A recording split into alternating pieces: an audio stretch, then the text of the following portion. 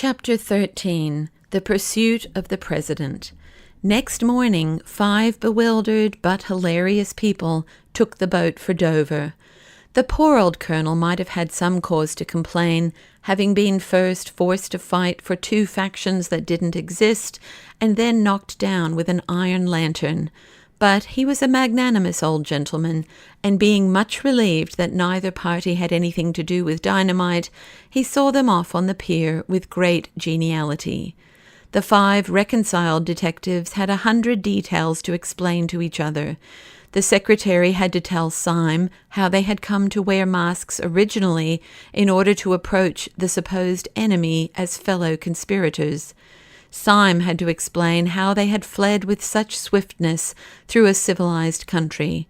But above all these matters of detail which could be explained, rose the central mountain of the matter that they could not explain.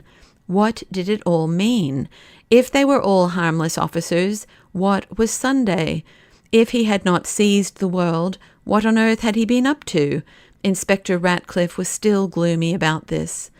"I can't make head or tail of old Sunday's little game any more than you can," he said. "But whatever else Sunday is, he isn't a blameless citizen.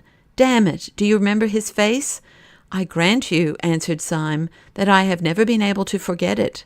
"Well," said the secretary, "I suppose we can find out soon, for tomorrow we have our next general meeting. You will excuse me," he said with a rather ghastly smile, "for being well acquainted with my secretarial duties." "I suppose you are right," said the professor reflectively. "I suppose we might find it out from him, but I confess that I should feel a bit afraid of asking Sunday who he really is." "Why?" asked the secretary. "For fear of bombs?" "No," said the professor, "for fear he might tell me." "Let us have some drinks," said Dr. Bull after a silence. Throughout their whole journey by boat and train, they were highly convivial, but they instinctively kept together. Dr. Bull, who had always been the optimist of the party, endeavoured to persuade the other 4 that the whole company could take the same hansom cab from Victoria, but this was overruled, and they went in a 4-wheeler, with Dr. Bull on the box, singing. They finished their journey at a hotel in Piccadilly Circus, so as to be close to the early breakfast next morning in Leicester Square. Yet even then, the adventures of the day were not entirely over. Dr. Bull, discontented with the general proposal to go to bed, had strolled out of the hotel at about 11 to see and taste some of the beauties of London. 20 minutes afterwards, however, he came back and made quite a clamour in the hall.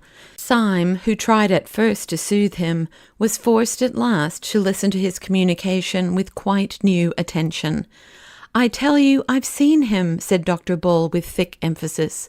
"Whom?" asked Syme quickly. "Not the president?"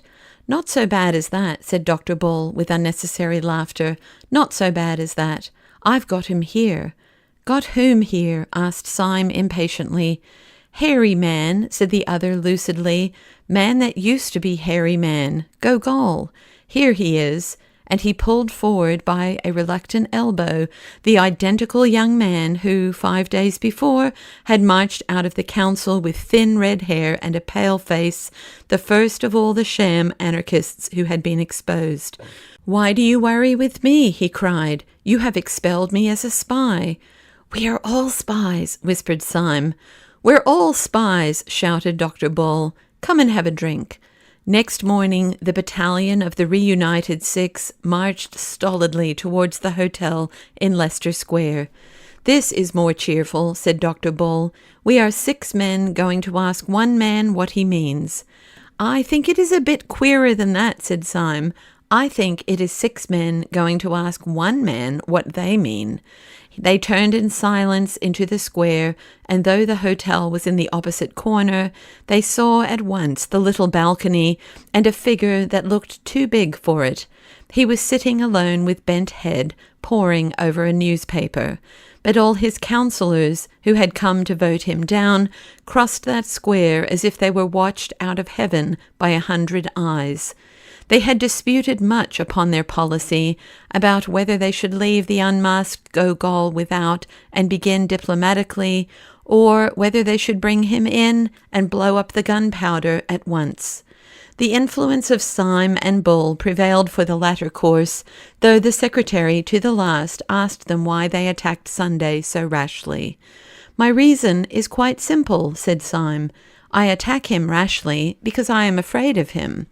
They followed Syme up the dark stair in silence, and they all came out simultaneously into the broad sunlight of the morning and the broad sunlight of Sunday's smile. "Delightful," he said. "So pleased to see you all. What an exquisite day it is. Is the Tsar dead?" The secretary, who happened to be foremost, drew himself together for a dignified outburst. "No, sir," he said sternly. "There has been no massacre. I bring you news of no such disgusting spectacles." "Disgusting spectacles," repeated the president, with a bright, inquiring smile. "You mean Dr. Bull's spectacles?" The secretary choked for a moment, and the president went on with a sort of smooth appeal. "Of course, we all have our opinions and even our eyes, but really to call them disgusting before the man himself—" Dr. Bull tore off his spectacles and broke them on the table. "My spectacles are blackguardly," he said, "but I'm not. Look at my face." "I dare say it's the sort of face that grows on one," said the president. "In fact, it grows on you, and who am I to quarrel with the wild fruits upon the tree of life? I dare say it will grow on me some day." "We have no time for tomfoolery," said the secretary, breaking in savagely. "We have come to know what all this means. Who are you? What are you? Why did you get us all here? Do you know who and what we are? Are you a half-witted man playing the conspirator, or are you a clever man playing the fool? Answer me, I tell you." "Candidates," murmured Sunday, "are only required to answer 8 out of the 17 questions on the paper. As far as I can make out, you want me to tell you what I am, and what you are, and what this table is, and what this council is, and what this world is, for all I know. Well, I will go so far as to rend the veil of one mystery. If you want to know what you are a set of highly well-intentioned young jackasses." "And you," said Syme, leaning forward, "what are you?" "I? What am I?" roared the president, and he rose slowly to an incredible height, like some enormous wave about to arch above them and break. "You want to know what I am, do you? Bull, you are a man of science. Grub in the roots of those trees and find out the truth about them. Syme, you are a poet. Stare at those morning clouds. But I tell you this, that you will have found out the truth of the last tree and the topmost cloud before the truth about me. You will understand the sea, and I shall be still a riddle. You shall know what the stars are, and not know what I am. Since the beginning of the world, all men have hunted me like a wolf, kings and sages, and poets and lawgivers, all the churches and all the philosophies. But I have never been caught yet, and the skies will fall in the time I turn to bay. I have given them a good run for their money, and I will now." Before one of them could move, the monstrous man had swung himself like some huge orangutan over the balustrade of the balcony. Yet before he dropped, he pulled himself up again as on a horizontal bar, and thrusting his great chin over the edge of the balcony, said solemnly, "There's one thing I'll tell you, though, about who I am. I am the man in the dark room who made you all policemen." With that he fell from the balcony, bouncing on the stones below like a great ball of India rubber, and went bounding off towards the corner of the Alhambra, where he hailed a hansom cab and sprang inside it. The 6 detectives had been standing thunderstruck and livid in the light of his last assertion, but when he disappeared into the cab, Symes's practical senses returned to him, and leaping over the balcony so recklessly as almost to break his legs, he called another cab. He and Bull sprang into the cab together, the professor and the inspector into another, while the secretary and the late Gogol scrambled into a third, just in time to pursue the flying Syme, who was pursuing the flying president. Sunday led them a wild chase towards the northwest, his cabman, evidently under the influence of more than common inducements, urging the horse at breakneck speed. But Syme was in no mood for delicacies, and he stood up in his own cab shouting, "Stop, thief!" until crowds ran along beside his cab and policemen began to stop and ask questions. All this had its influence upon the president's cabman, who began to look dubious and to slow down to a trot. He opened the trap to talk reasonably to his fare, and in so doing let the long whip droop over the front of the cab. Sunday leant forward, seized it, and jerked it violently out of the man's hand. Then, standing up in front of the cab himself, he lashed the horse and roared aloud, so that they went down the streets like a flying storm. Through street after street and square after square went whirling this preposterous vehicle, in which the fare was urging the horse and the driver trying desperately to stop it. The other 3 cabs came after it, if the phrase be permissible of a cab, like panting hounds. Shops and streets shot by like rattling arrows. At the highest ecstasy of speed, Sunday turned round on the splashboard where he stood, and sticking his great grinning head out of the cab, with white hair whistling in the wind, he made a horrible face at his pursuers, like some colossal urchin. Then, raising his right hand swiftly, he flung a ball of paper in Symes's face and vanished. Syme caught the thing while instinctively warding it off, and discovered that it consisted of 2 crumpled papers. One was addressed to himself, and the other to Dr. Bull, with a very long, and it is to be feared partly ironical, string of letters after his name. Dr. Bull's address was, at any rate, considerably longer than his communication, for the communication consisted entirely of the words, "What about Martin Tupper now?" "What does the old maniac mean?" asked Bull, staring at the words. "What does yours say, Syme?" Symes's message was, at any rate, longer, and ran as follows. "No one would regret anything in the nature of an interference by the Archdeacon more than I. I trust it will not come to that. But for the last time, where are your galoshes? The thing is too bad, especially after what Uncle said." The president's cabman seemed to be regaining some control over his horse, and the pursuers gained a little as they swept round into the Edgware Road. And here there occurred what seemed to the Allies a providential stoppage. Traffic of every kind was swerving to right or left or stopping, for down the long road was coming the unmistakable roar announcing the fire engine, which in a few seconds went by like a brazen thunderbolt. But, quick as it went by, Sunday had bounded out of his cab, sprung at the fire engine, caught it, slung himself onto it, and was seen as he disappeared in the noisy distance, talking to the astonished firemen with explanatory gestures. "After him!" howled Syme. "He can't go astray now. There's no mistaking a fire engine." The 3 cabmen, who had been stunned for a moment, whipped up their horses and slightly decreased the distance between themselves and their disappearing prey. The president acknowledged this proximity by coming to the back of the car, bowing repeatedly, kissing his hand, and finally flinging a neatly folded note into the bosom of Inspector Ratcliffe. When that gentleman opened it, not without impatience, he found it contained the words, "Fly at once. The truth about your trouser stretchers is known. A friend." The fire engine had struck still farther to the north, into a region that they did not recognize, and as it ran by a line of high railings shadowed with trees, the 6 friends were startled, but somewhat relieved, to see the president leap from the fire engine, though whether through another whim or the increasing protest of his entertainers, they could not see.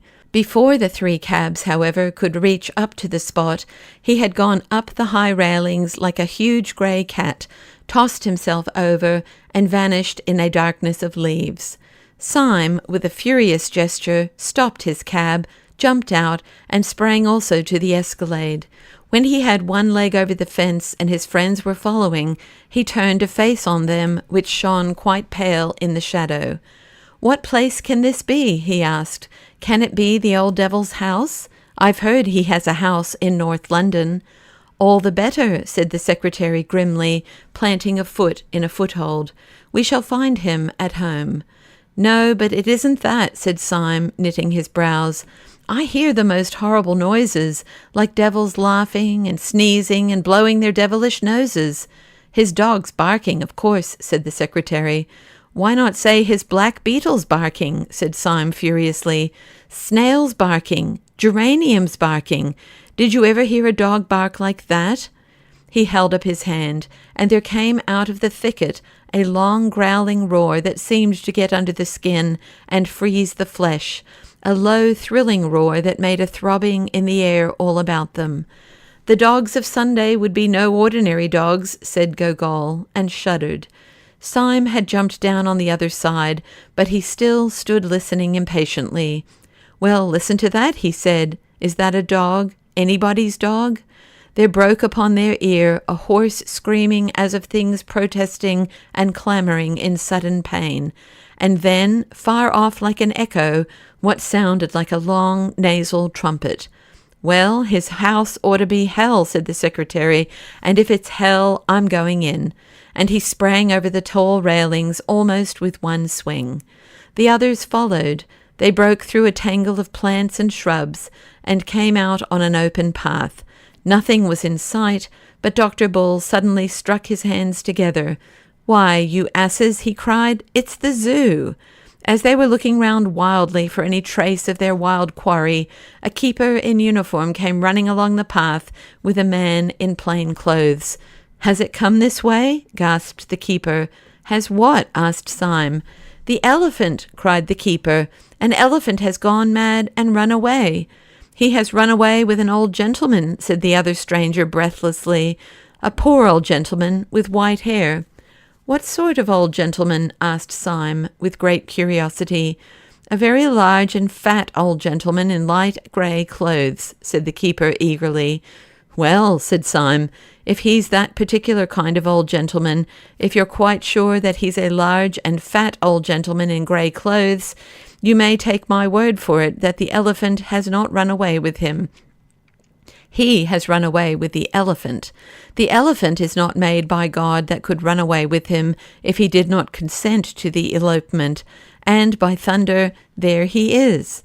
There was no doubt about it this time. Clean across the space of grass, about 200 yards away, with a crowd screaming and scampering vainly at his heels, went a huge grey elephant at an awful stride, with his trunk thrown out as rigid as a ship's bowsprit, and trumpeting like the trumpet of doom. On the back of the bellowing and plunging animal sat President Sunday, with all the placidity of a sultan, but goading the animal to a furious speed with some sharp object in his hand. "Stop him!" screamed the populace. "He'll be out of the gate." "Stop a landslide!" said the keeper. "He is out of the gate." And even as he spoke, a final crash and roar of terror announced that the great grey elephant had broken out of the gates of the Zoological Gardens and was careening down Albany Street like a new and swift sort of omnibus. "Great Lord," said Bull, "I never knew an elephant could go so fast. Well, it must be hansom cabs again if we are to keep him in sight." As they raced along to the gate out of which the elephant had vanished, Syme felt a glaring panorama of the strange animals in the cages which they passed. Afterwards he thought it queer that he should have seen them so clearly. He remembered especially seeing pelicans with their preposterous pendant throats. He wondered why the pelican was the symbol of charity, except it was that it wanted a good deal of charity to admire a pelican. He remembered a hornbill, which was simply a huge yellow beak with the small bird tied on behind it. The whole gave him a sensation, the vividness of which he could not explain, that nature was always making quite mysterious jokes. Sunday had told them that they would understand him when they had understood the stars. He wondered whether even the archangels understood the hornbill. The 6 unhappy detectives flung themselves into cabs and followed the elephant, sharing the terror which he spread through the long stretch of the streets. This time Sunday did not turn round, but offered them the solid stretch of his unconscious back, which maddened them, if possible, more than his previous mockeries. Just before they came to Baker Street, however, he was seen to throw something far up into the air, as a boy does a ball meaning to catch it again, but at their rate of racing it fell far behind, just by the cab containing Gogol, and in faint hope of a clue, or for some impulse unexplainable, he stopped his cab so as to pick it up. It was addressed to himself, and was quite a bulky parcel. On examination, however, its bulk was found to consist of 33 pieces of paper of no value, wrapped one round the other. When the last covering was torn away, it reduced itself to a small slip of paper, on which was written, "The word, I fancy, should be pink." The man once known as Gogol said nothing, but the movements of his hands and feet were like those of a man urging a horse to renewed efforts. Through street after street, through district after district, went the prodigy of the flying elephant, calling crowds to every window and driving the traffic left and right. And still, through all this insane publicity, the 3 cabs toiled after it until they came to be regarded as part of a procession and perhaps the advertisement of a circus. They went at such a rate that distances were shortened beyond belief, and Syme saw the Albert Hall in Kensington when he thought that he was still in Paddington. The animal's pace was even more fast and free through the empty, aristocratic streets of South Kensington, and he finally headed towards that part of the skyline where the enormous wheel of Earl's Court stood up in the sky. The wheel grew larger and larger, till it filled heaven like the wheel of stars. The beast outstripped the cabs. They lost him round several corners, and when they came to one of the gates of the Earl's Court exhibition, they found themselves finally blocked. In front of them was an enormous crowd. In the midst of it was an enormous elephant, heaving and shuddering as such shapeless creatures do. But the president had disappeared. "Where has he gone to?" asked Syme, slipping to the ground. "Gentlemen rushed into the exhibition, sir," said an official in a dazed manner. Then he added in an injured voice, "Funny gentleman, sir, asked me to hold his horse and gave me this." He held out with distaste a piece of folded paper addressed to the secretary of the Central Anarchist Council. The secretary, raging, rent it open and found written inside it, "When the herring runs a mile, let the secretary smile. When the herring tries to fly, let the secretary die." Rustic proverb. "Why the eternal crikey," began the secretary, "did you let the man in? Do people commonly come to your exhibition riding on mad elephants? Look," shouted Syme suddenly, "look over there." "Look at what?" asked the secretary savagely. "Look at the captive balloon," said Syme, and pointed in a frenzy. "Why the blazes should I look at a captive balloon?" demanded the secretary. "What is there queer about a captive balloon?" "Nothing," said Syme, "except that it isn't captive." They all turned their eyes to where the balloon swung and swelled above the exhibition on a string like a child's balloon. A second afterwards the string came in two just under the car, and the balloon, broken loose, floated away with the freedom of a soap bubble.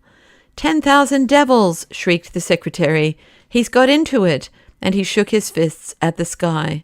The balloon, borne by some chance wind, came right above them, and they could see the great white head of the president peering over the side and looking benevolently down on them. "God bless my soul," said the professor, with the elderly manner that he could never disconnect from his bleached beard and parchment face. "God bless my soul.